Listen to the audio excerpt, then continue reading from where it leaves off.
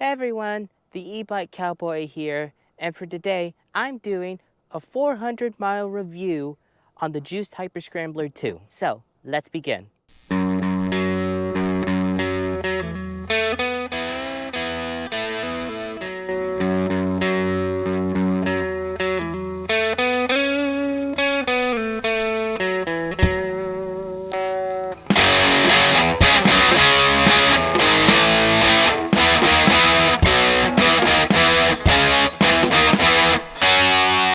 So I've had this bike for about 5 months, and I'm not going to go over all the details about it. If you want to see all that, just watch my previous video. I'm just going to tell how I feel about this bike after 5 months of riding it. So overall, it performs very well, and it climbs hills like a champ.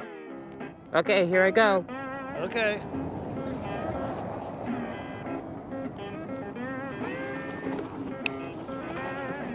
Booyah!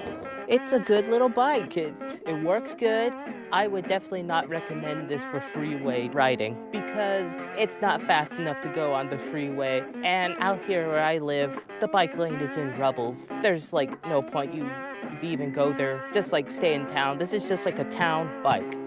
First and foremost. And one little con I see, not really a con, one thing you should know about this bike, because it has dual batteries, but it does have an option where you could just ride it with one battery, but it's just like no contest. When you have both batteries, it can just push more. It has more torque power when you have both batteries, and then when you just start using one, it doesn't have enough power to do certain things. It doesn't accelerate as fast, and it's not as powerful when you're trying to climb up hills. It's way superior when you have both batteries, even if it is a little heavier to do this. And another little thing you should probably know, make sure that you secure the batteries even if you think you have. Like, double check, because we were riding, Dad and I, and so I was riding, and then I noticed on my gauge I was only half battery, and I had a full charge, and we weren't even riding that far. I should have had more than half the battery life.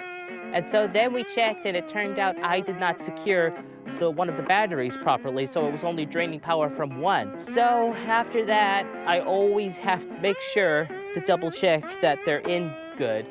A simple little solution is just like turn one on, turn the key, make sure that's on, then turn that battery off, then turn the other one on to see if that works. That seems to be working for me. But I think I should probably have addressed this because I haven't seen that problem really addressed before.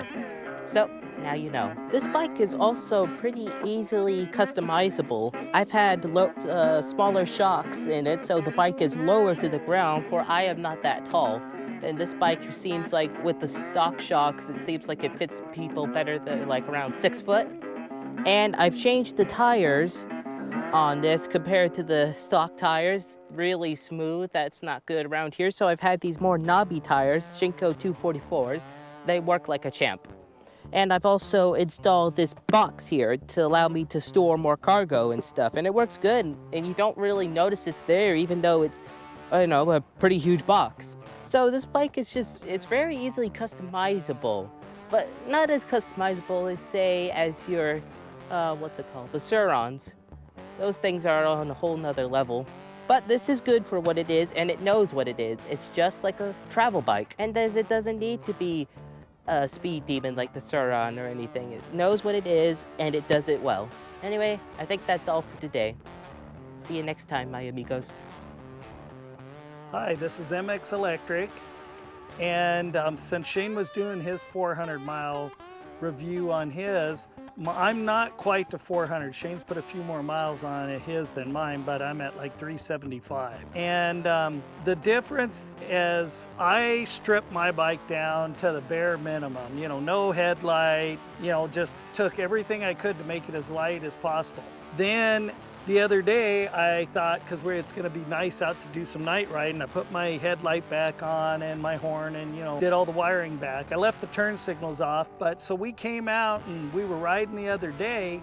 So we rode in some of the same places and going up the hills, and I can't tell any difference with adding the weight back on the front, because this time I ran with both batteries, and like Shane said, they work way better with both batteries. So, you know, if you can buy it with both batteries, you're just better off because it's more fun to ride, even though it's a little more weight. You know, everything's worked really good. I lowered mine in the back like Shane's, you know, and then I've changed my forks and stuff. And so it is really easy to, you know, change these bikes around.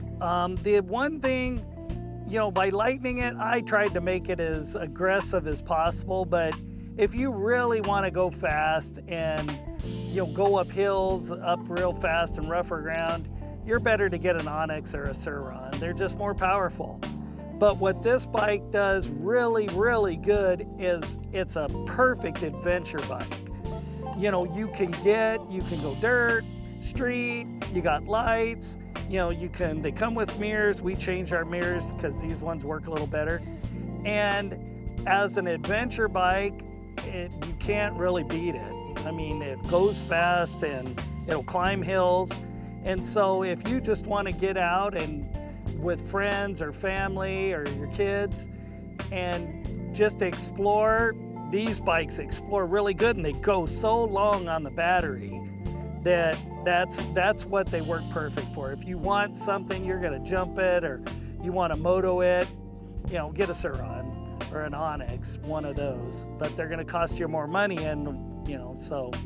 But if it's just cruising, this is the bike for you. And we've had zero problems with our bikes, but either one of them, in these, you know, 400 miles. So in Shane's other videos, he shows the different things we've done, so and they're easy to do.